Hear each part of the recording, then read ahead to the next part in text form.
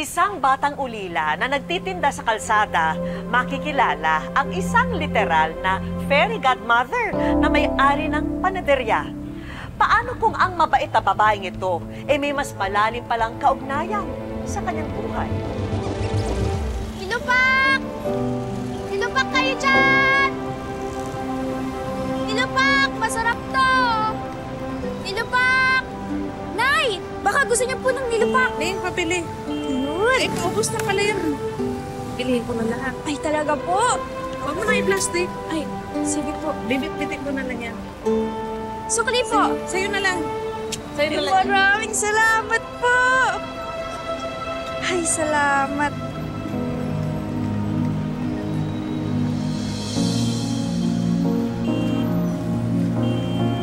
Mabuti naman naubos na yan.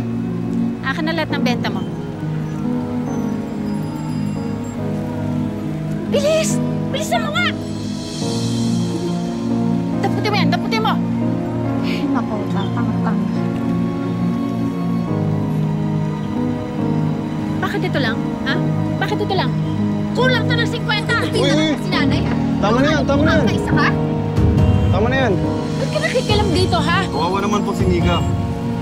Ano kawawa? Ha? Nangungupit to eh. Nangungupit ang babaeng yan eh. At ikaw, ha? Bakit ka nangungupit?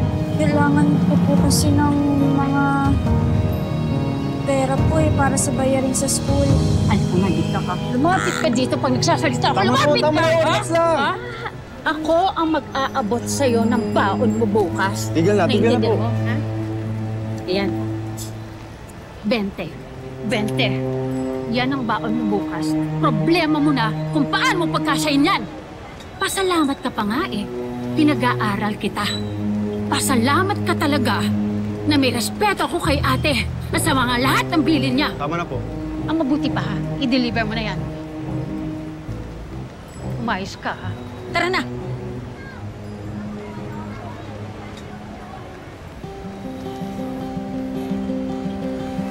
Maraming salamat, Harold. Huwag kang papayag na inaapi ka nila. Mag-iingat ka, ha? Sana parang fairy tale na lang ang buhay. Parang si Cinderella.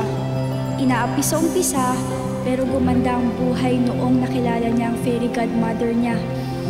Kailan kaya darating ang fairy godmother ko?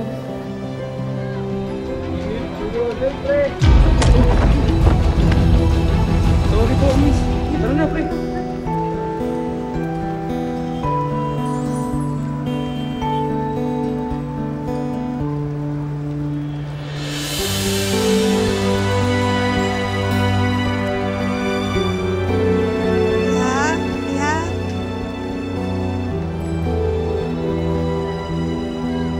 Kayo po ba yung fairy godmother ko?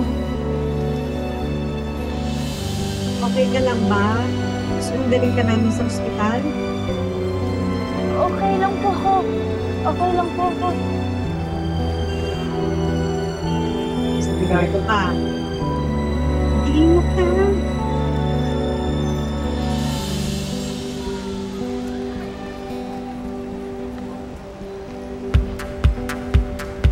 Tara na! Malalit na tayo sa reunion natin. Okay. Sayang ang outfit! Oo.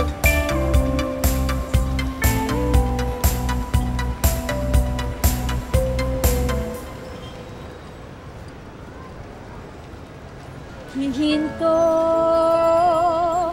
babalik, aatras na lamang muna at hihinga ng sandali.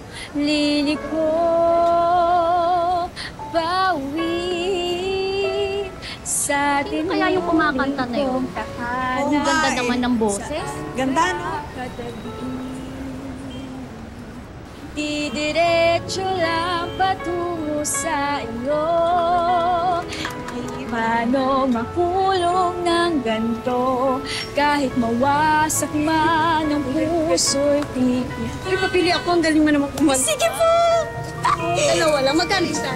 20 po. Sige, okay nga. O, dalawa. Ay, salamat po. Kanta ka pa, ha?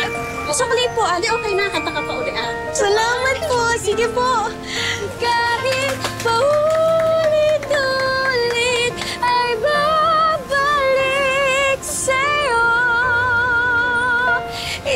Sumisigaw sa hangin itong pag-ibig mo. Galing mo! Namumukhaan kita. Ay, hello po! Natatandaan ko nga din po kayo. Ang ganda pala ng boses mo. Salamat po. O sige, kanta pa. Oh.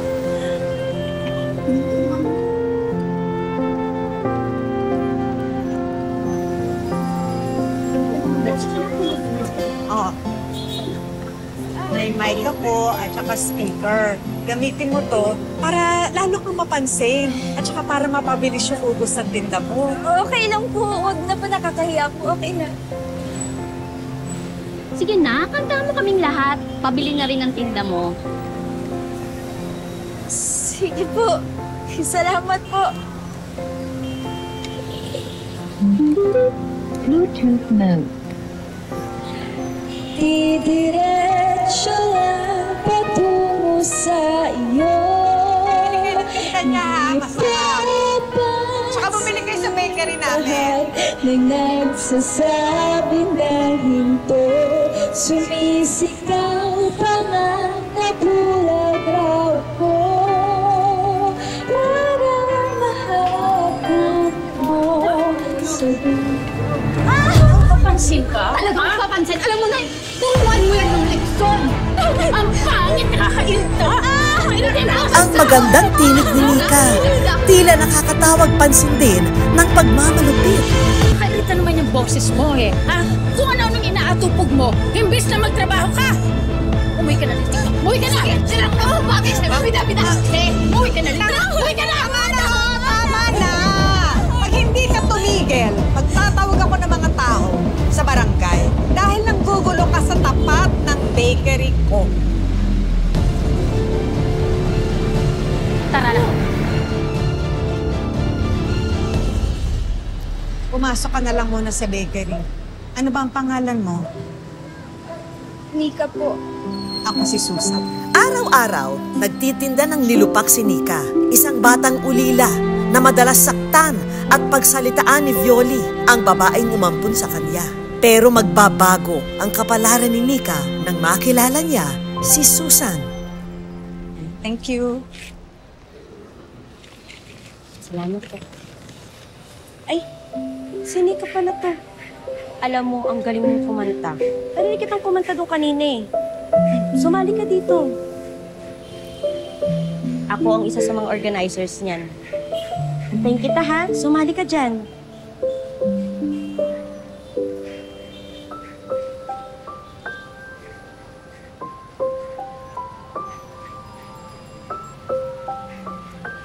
Bakit parang nagdadalawang isip ka? Gusto ko po kasi sana talagang sumali eh. Kaso alam ko naman po na hindi po ako susuportahan ni Chang Violi.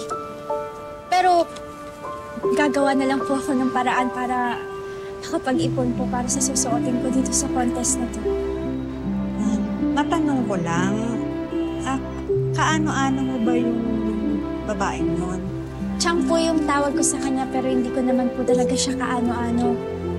Lumaki po kasi ako sa bahay ampunan. Tapos po nung 12 anyos po ako, doon po ako inampon ni Nay Cora. Isa po siyang matandang dalaga. Nung namatay po siya, yung kapatid niya na po yung pumupup sa akin eh.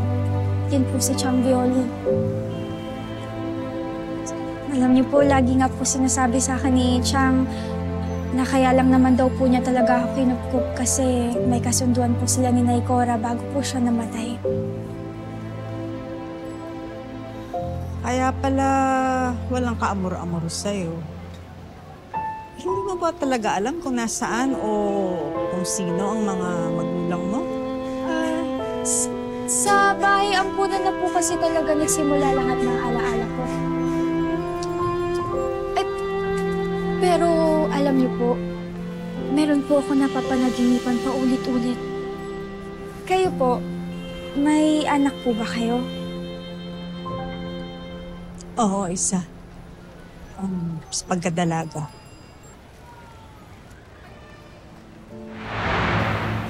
Three years old siya noon.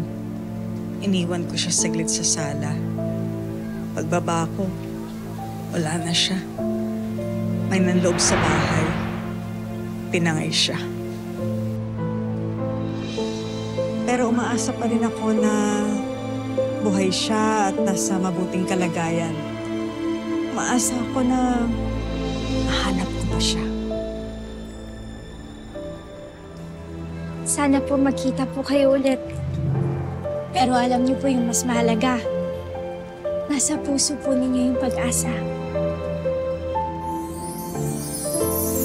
Oh, Lord, sana po swerte na po sa gown na to. Please. Anong sabi mo? Ikaw? Sasali sa singing contest ng school natin? Alam mo, kahit kailan, papansin ka talaga eh, no? Eh, ako yung sasali doon, di ba? Akala naman nito, matatalo mo si Serena. Eh, ang galing-galing kaya kumanta ng anak ko. Eh, Chang, kaya ko lang naman po gustong sumali dun. Kasi po, full scholarship ng college yung premyo eh. Ha! Tigilan mo na yung ambisyon mo na yan, ha? Tigilan mo na yung ilusyon mo na yan! Hindi ka sasali sa contest na to, ha? Naintindihan?